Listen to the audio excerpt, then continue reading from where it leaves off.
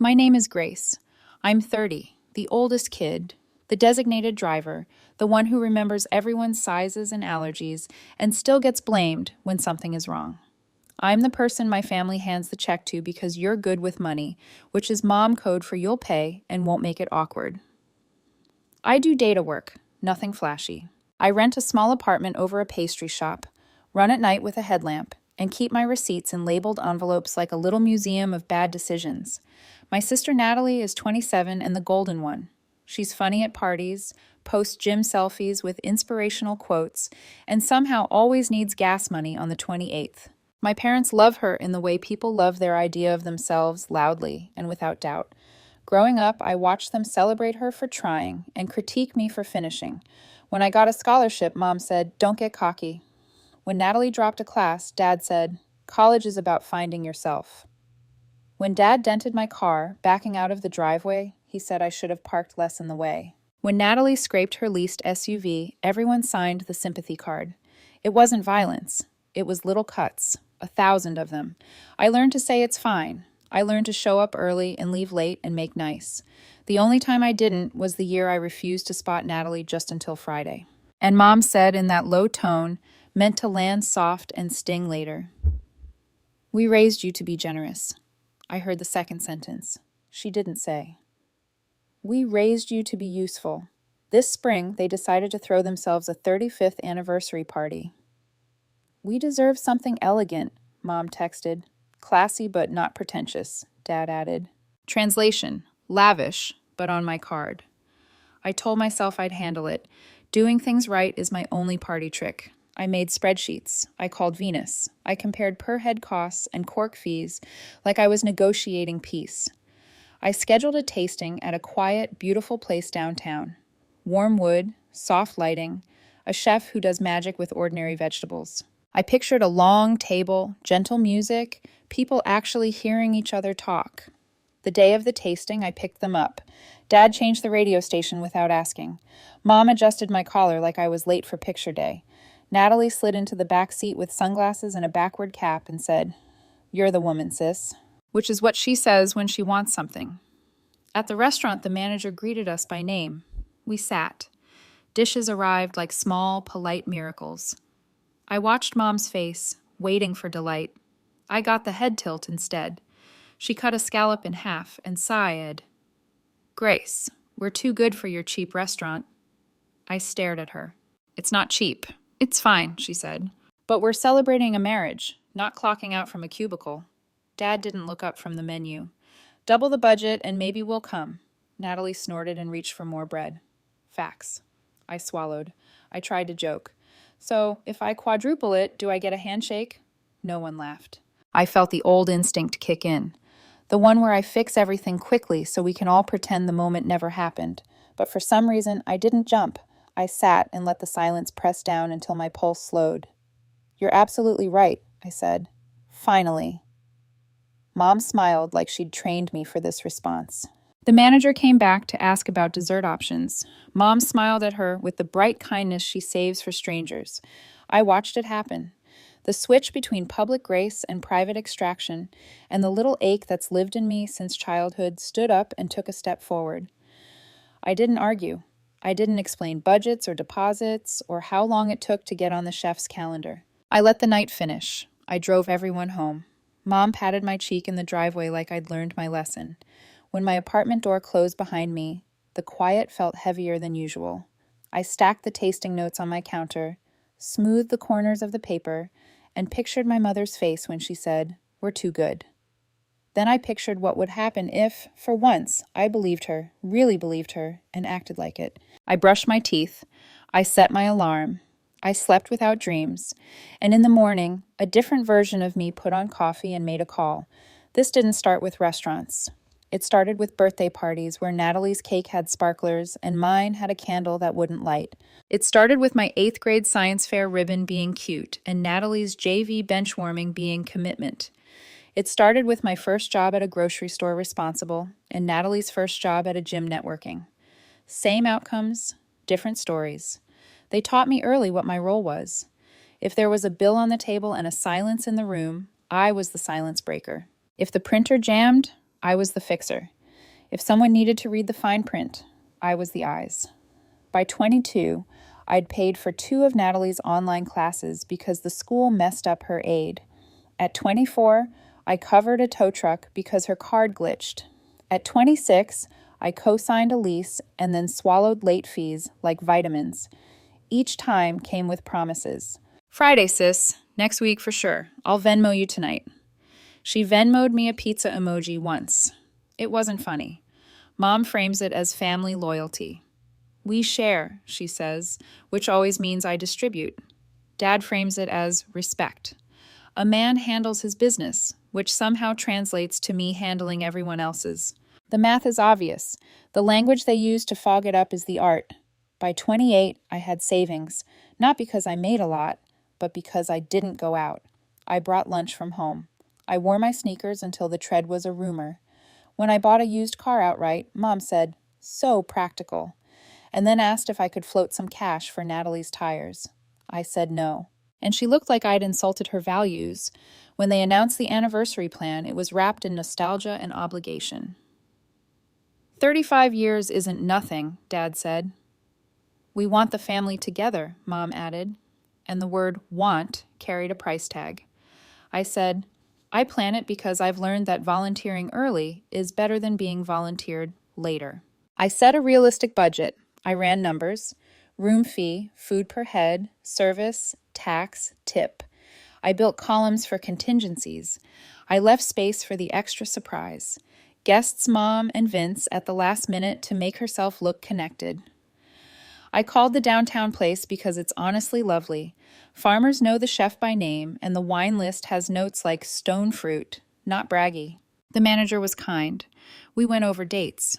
She warned me that weekends book out months ahead. I put a deposit to hold a Saturday, $8,600, more than I like to see leave my account, but still within my spreadsheet. It hurt. It also felt adult. I thought foolishly that doing something big and generous would reset the family story about me. It never does. I know that, but I still try. Then the tasting happened. The scallop, the sigh, the sentence that sits in my mouth like rust. After we left, Mom got chatty in the group text she uses like a megaphone. Everyone, dinner tasting was fine, but we want something more upscale. Then a string of photos of a ballroom with ice sculptures shaped like swans. This is classy, she wrote. Grace will find something like this. I typed and deleted 3 replies. I stared at the math. The ballroom she posted starts at $350 per head before drinks. Overtime charges kick in if you like your party past 10 p.m., which my family always does because they perform most when people are tired and polite. The initial $8,600 would be non-refundable if I canceled less than 14 days out. We were at day 13. I called Mom. We already have a reservation, I said. We already paid a deposit. Paid? She said like the word was a stranger at her door. We haven't even decided. I did, I said. It fits the budget. She laughed. Sweetie, budgets move. The point of an anniversary is to feel like you've arrived. Dad got on speaker.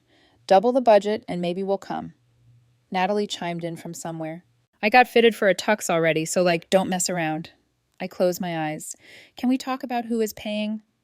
Silence. Then, Mom, it's tacky to nickel and dime family events. What's tacky? I said, is acting like the card you're not holding is a community property, a beat. Then her voice went soft, which is how she says the worst things. I'm worried about you, Grace. You hold money so tight, it's unhealthy. After that call, text followed like a drip. Aunt Mia, your mother says you're making everything complicated. Cousin Julia, can I bring my boyfriend? He eats a lot, haha. Grandma's caretaker, your mom asked me to ask you to book a pianist. She said, you understand what's tasteful. The next afternoon, Mom called with a new plan. Your father found a place, waterfront, very Hamptons. We don't live near the Hamptons. You know what I mean. What's the price? Don't be negative. If it's more than triple, I can't. You can, she said, not unkindly. You just won't. Dad texted a thumbs up emoji. Natalie sent a meme of a guy throwing money. Vibes, sis. That night, I looked at my spreadsheet, and then at my wall, and then at the life I've made that runs on quiet and repetition. I thought about the other times I said sure and paid and then sat there invisible while everyone complimented my mother's taste. I thought about the last Christmas where I bought gifts for 9 people and got a travel mug in return, and Mom told me, "You love coffee." I thought about the year I repaired their roof after a storm, and Dad said, "Took you long enough." The pattern isn't subtle. The bait is always the same. Love, pride, family. The hook is always the same. Money, time, compliance. And underneath all of it is that little sentence Mom says when I hint at a boundary. "Don't make this ugly. They make it ugly. I clean it up." I lay in bed, did the math one more time, and felt a strange, steady calm. If I believed her, if I believed we were too good for the place I booked, then the honest thing would be to make sure she never had to lower her standards again. So I set my alarm for 7:30, put my phone on Do Not Disturb, and slept. I woke before the alarm, made coffee, stared at the steam until it disappeared. Then I called the restaurant. "Hi," I said when the manager answered. "This is Grace. I booked the 35th anniversary on the 14th. I need to cancel." She was kind, which made me feel worse. "I understand. Your deposit is partially refundable up to 80% if we fill the date. We usually do. I'll do my best." I thanked her too many times. I hung up. I felt a little lightheaded, like I jumped off a low step and my knees hadn't caught up. Then I drafted a message. Simple, not a speech, not a manifesto, just clear. I sent it to the family group at 8:04 a.m. "Morning. I canceled the reservation. If you want a different venue, you'll need to book and pay for it yourselves. I'll attend if it's within walking distance of my budget and my boundaries." It pinged a few times, then went quiet. I got ready for work. At 8:19, the first call came. "Mom," I watched it ring out. At 8:21, Dad, then Natalie, then Mom again. Then the group chat bloomed. "Mom, what did you do?" "Dad, this isn't how family behaves." "Natalie, sis, we got tuxes." I typed, "You're adults. You can book a party." "Mom, you said you would handle it." "Me, I handled it. I remove myself." There was the pause where they decide which script to run. Anger, guilt, pity. Guilt won. "Mom, I'm embarrassed. We told people." "Me, you'll have to tell them something else." "Dad, you're making your mother cry." "Me, I'm not making anything. I'm choosing not to pay for it." "Dad, money isn't everything." "Me, then pay for it yourselves." "Natalie, sis, you're petty." "Me, I'm specific." At 9:02 a.m., Mom texted individually. "I don't know who you think you are." I typed and deleted. Then I wrote someone who won't fund being insulted. No reply. At 9:30, Aunt Mia called.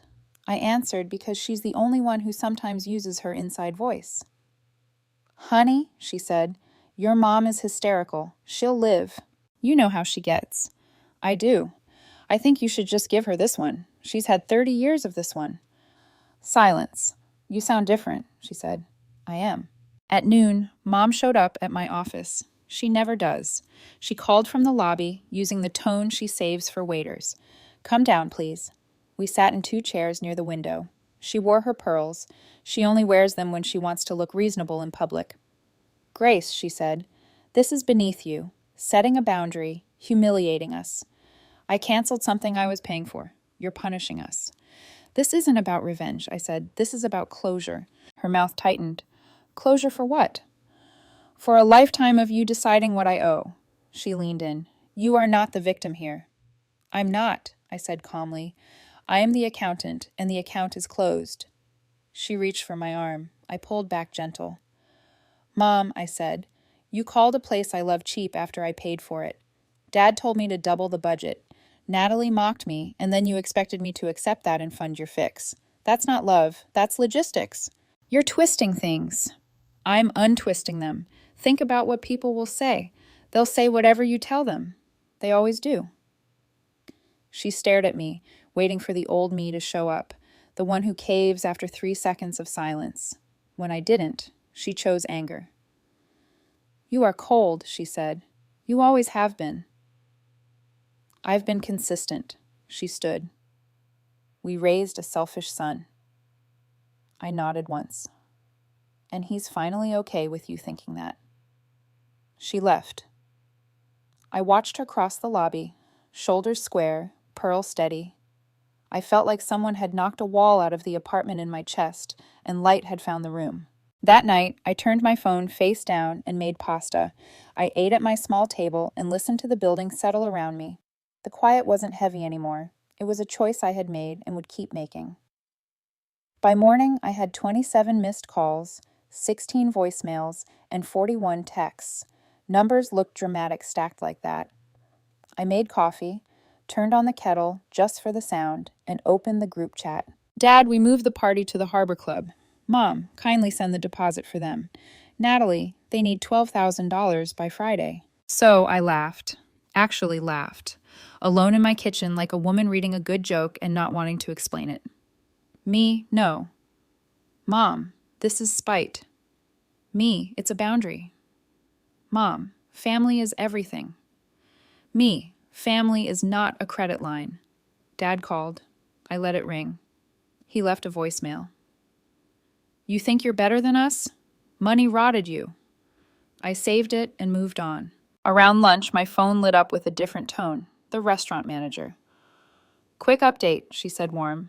We filled your date. I can return 80% of your deposit. Expect $6,880 back within 3 to 5 business days. Relief hit me in a slow wave. Thank you. After work, I ran by the river the way I do when my thoughts are loud. The sky looked like it was thinking about rain and then changed its mind. When I got home, I had 2 new emails. First was from the Harbor Club. Per your mother's request, we've attached the contract. I replied, I am not the payer. Please remove my email. Second was from Natalie. Sis, they're freaking out. Just front it. I'll cover bar. I responded, what you're offering to cover is the part you will definitely consume. She wrote back, low blow. I wrote, true blow. Aunt Mia tried again. They won't budge. She said, could you do half or the photographer? Just so it doesn't look like she didn't finish. Like what? I asked. Like they can't pull it off, she said softly. Maybe they can't. Silence. And maybe that's okay, I added. Maybe the scale should match the wallet instead of the fantasy. Your mother doesn't do scale, she said. I know. The week before their date, Mom started a parallel campaign. Extended family, neighbors, the lady from church who collects casseroles like trophies, all receive the version where I abandoned them days before a sacred milestone. I got screenshots unsolicited. Is this true? Why would you do that to your parents? I didn't reply. Not because I didn't have words, but because every reply becomes a trial, and my family loves a courtroom where they're the judge and jury. On Thursday, Natalie called from an unknown number. I picked up. Dude, she said, this is insane. They booked the Harbor Club, and then Dad had a moment when he saw the final number. He told them to cut bar packages. Mom cried. The planner walked out. Can you just... No, I said. I'm in a bind. You live in a bind. You're enjoying this. I'm not, I said. I'm not enjoying any part of it, but I'm also not fixing it. You've always thought you're better. I've always thought I'm responsible for myself. Grace sighed. It's one night. It's a pattern. She cursed. Then, softer. They're going to talk about this forever. They talk about everything forever. She hung up. Friday afternoon, Mom sent a photo of silk napkins. We cut costs where we could, she wrote. I didn't respond. Saturday morning, I got a message from the restaurant manager. A couple came in last night for their wedding. We used some of your menu choices. The bride cried happy tears over the mushroom risotto. I smiled so wide it hurt. Money had done something good elsewhere. It wasn't lost. It had just changed its mind. At 5:00 p.m., I put on a navy shirt and walked to a small place around the corner. Not the downtown spot, a different one, less famous. Perfect bread. A server who calls everyone Han without a trace of performance. I sat at the bar and ordered the special and watched a soccer match with 2 strangers who argued gently about nothing. It felt like a celebration of something I couldn't name. During dessert, my phone buzzed. Aunt Mia, I answered. Well, she asked tiredly, how is it smaller? She said they moved it to the church hall at the last minute. Potluck vibes. Your mom told everyone it was intimate by design. Your dad is quiet. I'm sorry, I said, and meant you could still stop by. She said I sent a card. I said I wrote what I needed to say. You're really done with them, aren't you? No, I said. I'm done with this version of them. She exhaled. I understand, she said, and I believed her. Sunday arrived with a hangover of texts. Mom, a photo of the two of them in front of a gold paper backdrop with creases. It was lovely, she wrote. We made it work without you. Me? I'm glad. 10 minutes later, people missed you. Me?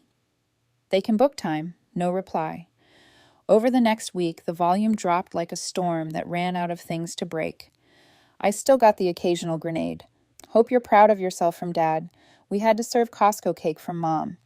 I Venmo'd you $22 for paper plates from Nate, which was either sarcasm or a bad joke. Hard to tell. I didn't respond.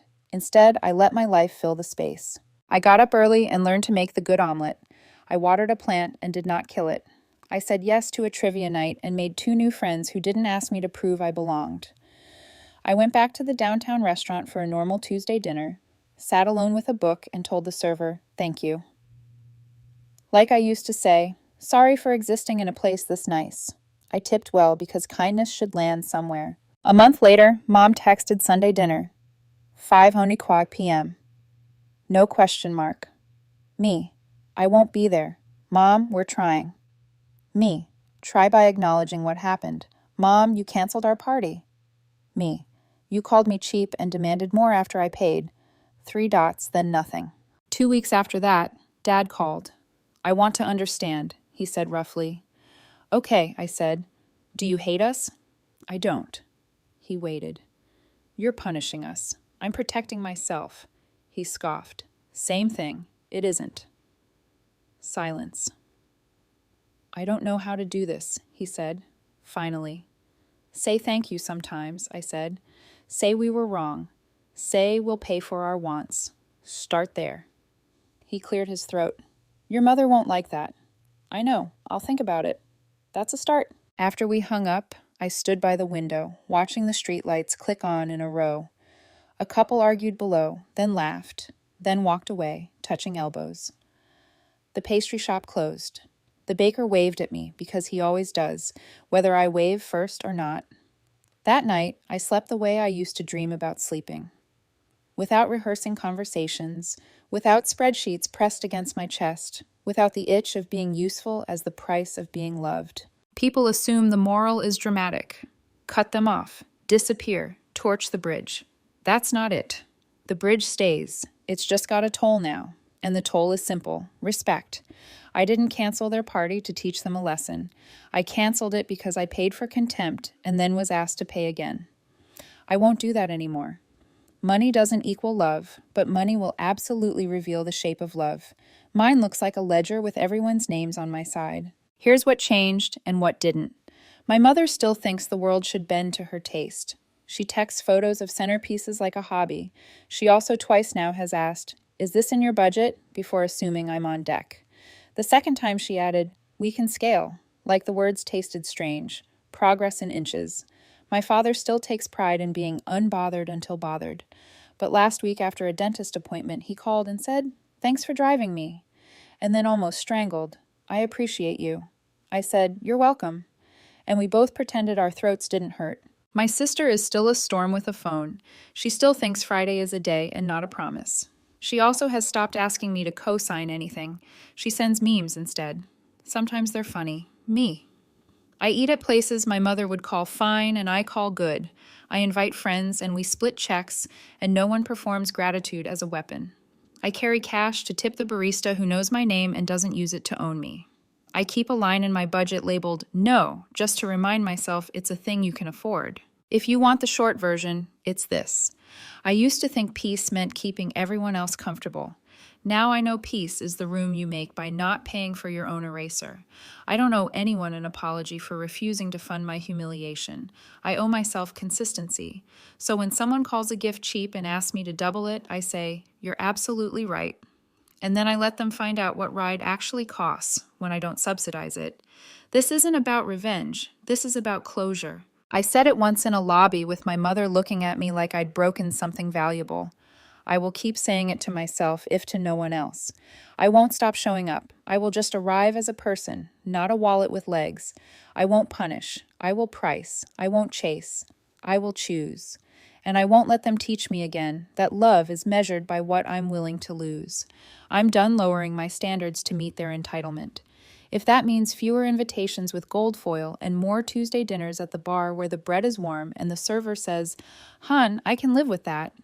Actually, I can live because of